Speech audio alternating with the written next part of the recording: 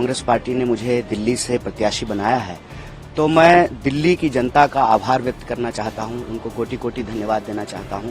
जो हमारा न्याय पत्र है उसके संकल्पों को लागू करने की हम कोशिश करेंगे, उनके उम्मीदों पर खरा उतरने का प्रयास करेंगे। 10 साल से वो सांसद हैं, तो वो बताएं नॉर्थ ईस्ट की जनता को, नॉर्थ ईस्ट दिल्ली की जनता को कि 10 साल में उन्होंने क्या किया है। मुझे लगता है कि दिल्ली में भाजपा जो है कोई काम नहीं करती है। कांग्रेस के कई सारे जो हारे हुए नेता हैं उनको ईडी का डर दिखा करके, सीबीआई का डर दिखा करके भाजपा में शामिल करा लिया है। सबसे पहले तो डॉक्टर बाबा साहब भीमराव अंबेडकर जी की जयंती के मौके पे मैं नागपुर में था, महाराष्ट्र में था, और उस वक्त खबर आई कि कांग्रेस पार्टी ने मुझे दिल्ली से प्रत्याशी बनाया है। तो मैं दिल्ली की जनता का आभार व्यक्त करना चाहता हूं, उनको कोटि कोटि धन्यवाद देना चाहता हूं। मैं आभार व्यक्त करना चाहता हूं दिल्ली प्रदेश कांग्रेस कमेटी के हमारे सभी कार्यकर्ताओं का, सभी नेताओं का, सभी पूर्व विधायकों का, सांसदों का, मंत्रियों का, कि उन्होंने ये फैसला लिया है। इससे एक जो है मैसेज जाएगा देश में कि हम मजबूती से जो है लोकसभा चुनाव लड़ रहे हैं। और इसी मौके पे हम धन्यवाद देना चाहते हैं हमारे कांग्रेस पार्टी के शीर्ष नेतृत्व का कि उन्होंने मुझे योग्य समझा है। दिल्ली की जो देश की राजधानी है वहां से प्रत्याशी के तौर पे खड़ा करने का फैसला उन्होंने लिया है, उम्मीदवार बनाने का। निश्चित तौर पे जो है हम उनकी उम्मीदों पर खरा उतरने की कोशिश करेंगे।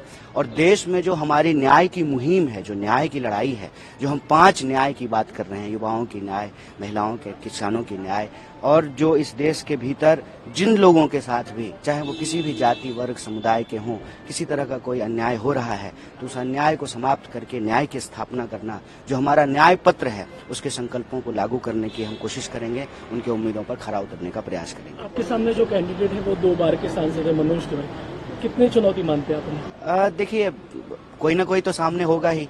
जब चुनाव हो रहा है, इट्स लाइक कि जब कोई टूर्नामेंट होता है, कोई गेम होता है तो 2 टीम होती है, तो कोई ना कोई तो सामने होता ही। मेरे ख्याल से व्यक्ति महत्वपूर्ण नहीं होता है, विचार महत्वपूर्ण होता है, मुद्दा महत्वपूर्ण होता है। 10 साल से वो सांसद हैं, तो वो बताएं नॉर्थ ईस्ट की जनता को, नॉर्थ ईस्ट दिल्ली की जनता को कि 10 साल में उन्होंने क्या किया है। और जनता तय करेगी कि जो वो कह रहे हैं अगर वो सच है, उन्होंने जो काम किया है, तो उनको अपना समर्थन और आशीर्वाद देगी। मुझे लगता है कि दिल्ली में भाजपा जो है कोई काम नहीं करती है। सिर्फ और सिर्फ जो इंडिया ब्लॉक की पार्टियां हैं उनको परेशान करना, तंग करना। जैसा कि आप जानते हैं कि दिल्ली के चुने हुए मुख्यमंत्री को बिला वजह जो है जेल में डाल दिया गया है, कई मंत्रियों को जेल में डाल दिया गया है। तो जो एक चुनी हुई सरकार है उसको अस्थिर करने का प्रयास किया जा रहा है। तो कहीं ना कहीं ये दिल्ली का अपमान है, दिल्ली के आम लोगों का अपमान है। दिल्ली के अंदर जो लोकतांत्रिक प्रक्रिया है उसका मजाक उड़ाया गया है। मुझे लगता है कि इन चीजों का सवाल जो है, इन चीजों पर जनता जरूर पूछेगी और इसका जवाब जो है माननीय सांसद जी को देना पड़ेगा। पिछले बार आप जिनके खिलाफ चुनाव लड़ते, उनका एक बयान अभी आया, गिरिराज सिंह कह रहे कि जिन्हें रिजेक्ट कर दिया उन्हें कांग्रेस में उतारा। अभी ये बात तो उनके ऊपर भी लागू होता है। बहुत सारे ऐसे लोग हैं जो कांग्रेस पार्टी में चुनाव हार गए थे और अभी जो है पलक पावरे बिछा करके, जो है रेड कारपेट बिछा करके उनका भाजपा में स्वागत किया जा रहा है।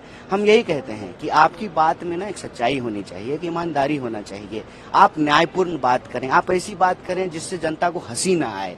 अब बताइए वो किस मुंह से ये बात कह रहे हैं, जब वो खुद ही जो है कांग्रेस के कई सारे जो हारे हुए नेता हैं उनको ईडी का डर दिखा करके, सीबीआई का डर दिखा करके भाजपा में शामिल करा लिया है। तो मुझे लगता है कि ये सब भटकाने वाली बात है। वो इसी तरह के भटकाने वाले बयान देंगे, वो इधर उधर की बात करेंगे। हम रोजी रोटी, कपड़ा मकान पे टिके रहेंगे, हम आम लोगों के विकास के सवाल पे टिके रहेंगे, हम आम लोगों के न्याय की बात पे टिके रहेंगे। हम उनकी इधर उधर की बातों में फंसने वाले नहीं। प्रधानमंत्री का एक बयान कल का, टुकड़े टुकड़े गैंग का सुल्तान कह दिया कांग्रेस को। अब देखिए, जब चीफ ही ऐसी बात करेंगे तो स्वाभाविक रूप से जो है उनके बाकी कमांडर जो है वो वही भाषा बोलेंगे।